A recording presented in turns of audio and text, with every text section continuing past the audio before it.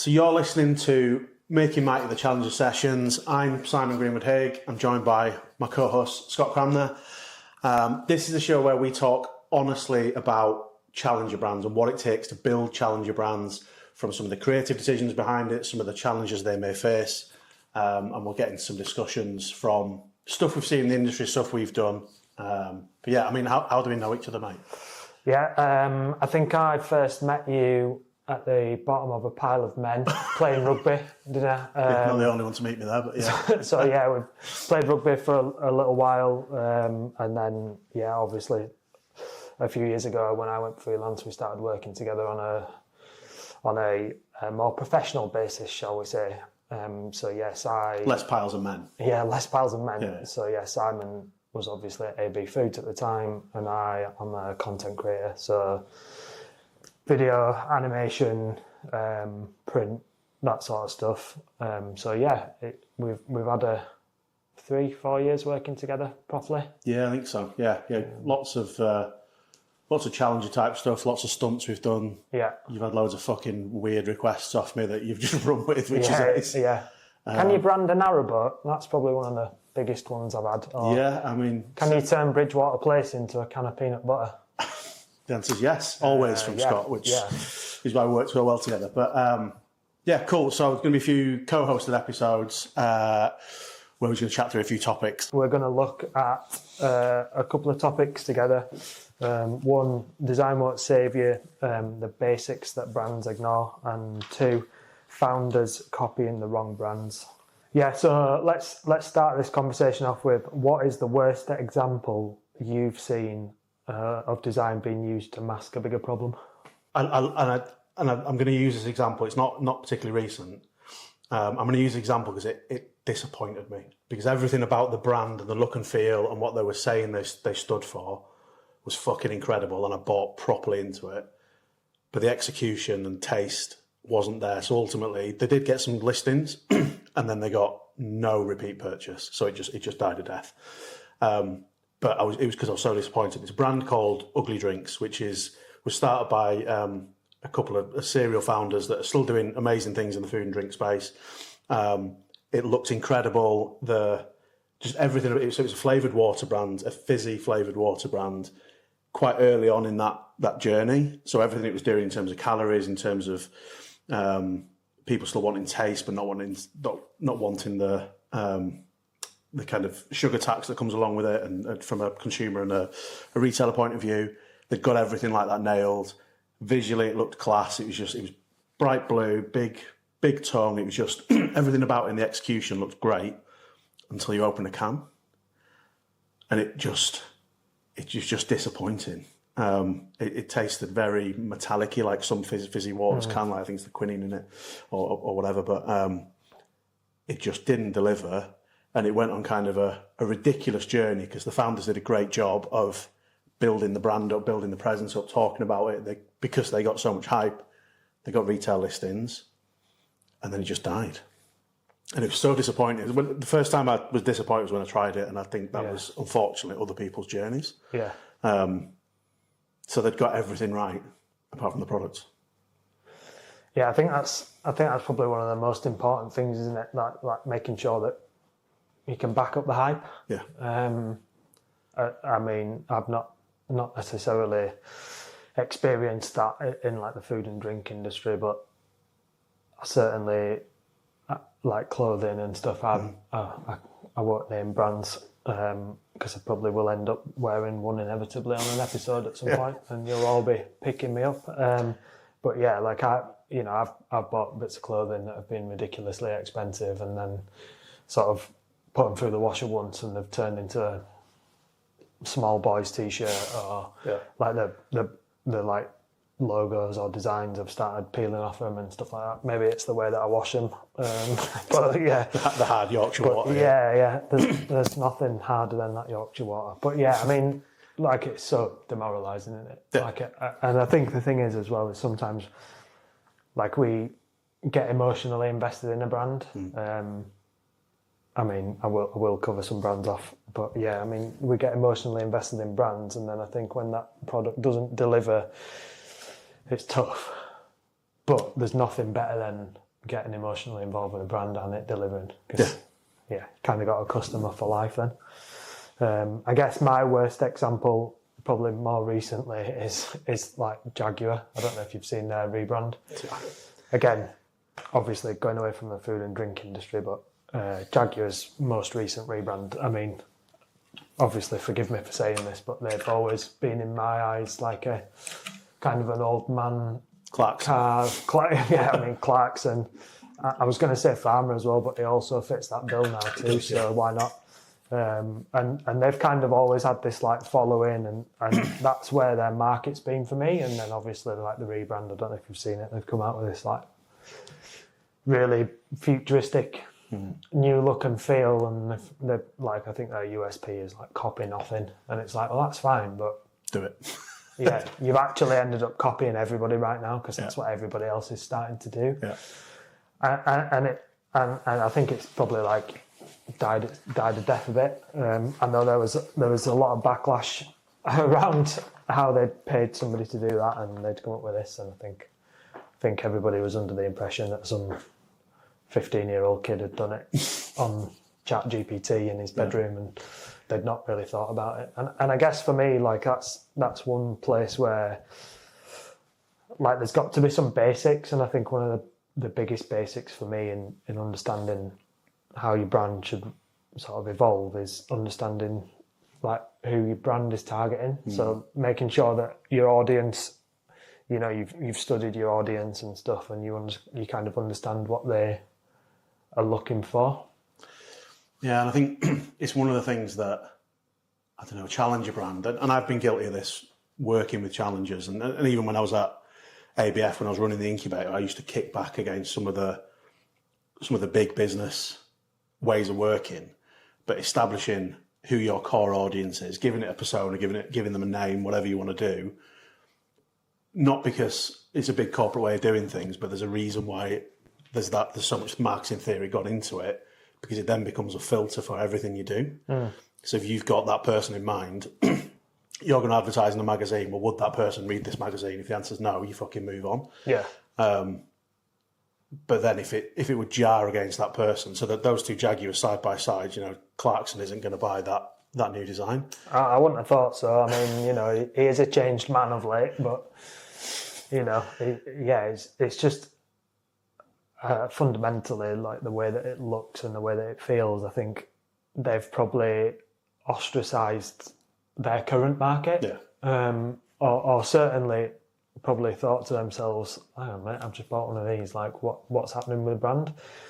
You know, there's a lot of brand equity in that, or was a lot of brand equity in that tiger or the lion on the Jaguar. Or the Jaguar. Yeah. Probably. Yeah, we'll cut that bit. The Jaguar. Oh, terrible.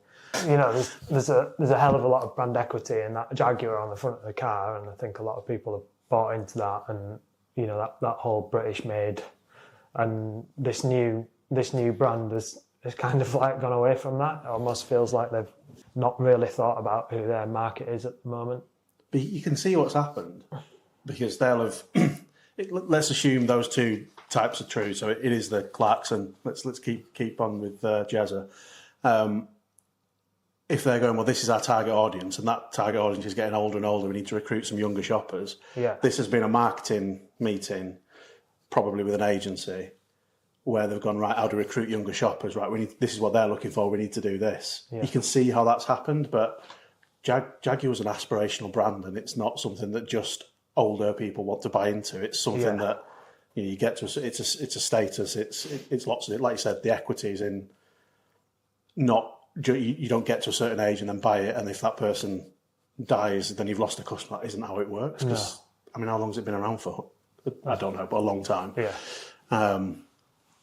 But you can see how they've got to that point. But it's when you don't have that single-mindedness of this is who I'm building it for. Yeah, and I think that like you said rightly, that like they've probably tried to future-proof a little bit. Yeah.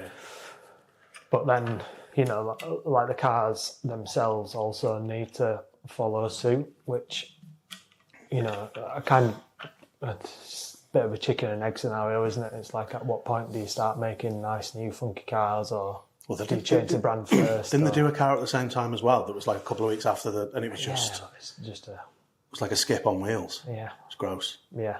Which, I mean, most Jaguars look like that anyway, don't they? But sorry, Jezza. Unless you'll sponsor us, then Yeah. feel free. I'll still drive a Jag. Yeah. Not a Skoda. Another example for me is when like brands are trying to hit an emotion. I think let's stick in the automotive industry. It's a few years old now, but like Hyundai, they brought an ad out and it was like, it's not pronounced Hyundai, it's Hyundai or whatever. And I'm like, what? Yeah. Like, why? From Yorkshire, I'll pronounce it how I want. Yeah, Hyundai. But you know what I mean? Like, what relevance has that got to? Yeah. Oh, you know, like we're going electric, or we buy this car and you've got 20-inch wheels, or this is the fastest production car on the market. No, we're just going to tell you how you pronounce our name properly. Well, what we want to do is recruit wankers that correct you on how to pronounce the car name. Not going to happen. Yeah, and I think there's probably like an importance of like. I mean, there's a lot of creatives in the industry that'll tell you that this isn't true, but like personally, I don't really feel like anything's new. I think everybody's always trying to. They've seen something in the past that's happened, and it's caused some sort of, you know, emotive feeling, and then they've copied it, and they've just completely missed the mark with it. I mean, you know, the Hyundai advert is one example, but can you think of any other who've done the same thing? I mean, I guess subconsciously maybe Stella. Yeah. The amount of times they got Cantonat to say Stella Artois on the advert, so because we definitely weren't pronouncing that right. But there's probably a good few examples that you would then repeat back and pronounce it correctly. But so fucking what? Yeah, like, well, here's one, IKEA. I don't know, like 2-3 years down the line, it's not IKEA, it's IKEA or whatever. It kind of like, I feel like some brands are almost trying to like hit a mark with that emotion of like, oh, this is quite a comedy aspect or whatever. And so I just feel like sometimes it's not really needed. But, you know, you've got like, you know, Aldi, who were a classic example of that, who were like that lower price promise. Like that's something they've always pushed. And I think as a brand, like that's their USP. And I think importantly for some brands, like if they've got one overarching USP that they're going to be the cheapest supermarket, like that's the best way to be. I think a lot of brands get caught up on, well, we're the cheapest and we've got the best produce and, you know, we'll scan quicker than anybody else and this and the other, which is also a good USP for Aldi, especially when you're trying to pack the bags at the end. Like, yeah, so... But Aldi's Aldi's actually a really good example of... because they've been on a journey. So when they first entered the UK markets, my first job was an area manager for Aldi. And at that point, so that was 2008, 2009, they were trying to firmly cement themselves as the cheap proposition. And you had Tesco coming out with basket comparisons and loads of stuff like that. But it was single-minded on, we're going to be the cheapest basket. And the stuff you mentioned, well, we scan quickly because that's how we get more people through the till, and that's why we can keep it so cheap. We don't have baskets because people nick them, and therefore it's a cost to us. So they do now. But the journey they've been on is, no, we're cheap. So as soon as you walk through those doors, you're going to get a good value. The journey they're now on is, and it's going to taste fucking great, and it's quality, and we're going to compare ourselves to M&S. So the Colin the Caterpillar was an intentional thing to go, when you think of M&S, I also want you to think of Aldi. So it's gone from being cheap, which they still do, to actually, you don't need to compromise on quality either. And they're still obsessed with a small amount of things. But what I see from challenger brands, when you talk about USPs, and I think it tends to be a founder thing, where they want to vomit all the information they've got, and my brand does this and this and this, and it does do all those amazing things. They're not usually lying about it, but to have an obsession with a few things is much more effective. So the challenges that I see that have a deck that has, you know, a list of 20 USPs is overwhelming. It's be obsessed with a small number of things, own it, do it better than nobody else can do, or differently, or because nobody else is doing it, and that will be how you succeed and have a longer term life, rather than going, we've ticked all these fucking boxes, like you pick which one is your favourite, and it doesn't work like that. Yeah. And you know, that USP, I think that then obviously follows into sort of how, you know, like it is important to get that in place. I think, you know, one of the other points you've got down here is why founders copy the wrong brands, and I think that USP falls into that.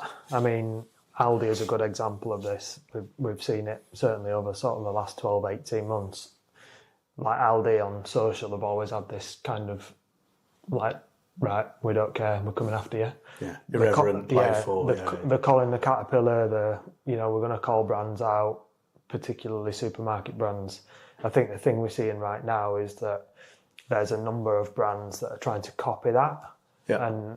And whilst I'm not saying that's a bad thing, you know, like Aldi are doing that pretty well, so why not try and get on the coattails of it?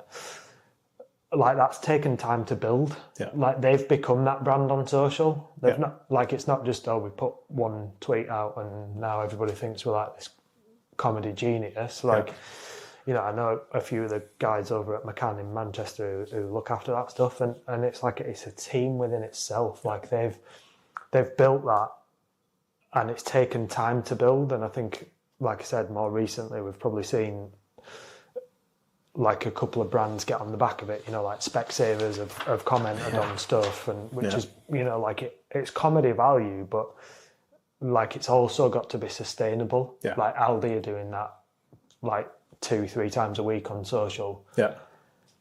Like someone's commenting on an Aldi post maybe once, like Specsavers might comment, like M&S might comment, or Tesco's or whatever. And for that short amount of time, like there's this back and forth where both brands are being noticed, which is fine. Yeah. But then, you know, your Tesco's go away and they don't continue that. They're doing other stuff, and Aldi are just continuously like stepping that bar up and up and up. There's nothing like a good giggle. I also noticed on their social that they actually interact with their customers a lot more than others do. Yeah. So they've kind of, whilst they've also got this playful mantra on social, they're also backing it up with like comments on people commenting on their posts, which obviously in terms of social media is a good way to go. And I guess one of the things here, so this podcast is called the Challenger Sessions. It doesn't relate to a business size. Like Aldi's acting like a challenger. They were a challenger in the market when they first entered the UK, but they're now, you know, one of the big four. But they still act like a challenger. So it's not to do with the business size. No. It's a mentality. It's a behaviour. And because they have been that annoying, biting market share and taking shoppers from the bigger supermarkets, they've always been a challenger. So therefore, that tone of voice of being a bit irreverent, a bit playful, a bit more human fits, and it doesn't seem unnatural. Yeah. But when brands try and copy it, it feels jarring. It doesn't. Yeah, I also think there's a right platform to do that as well. Yeah.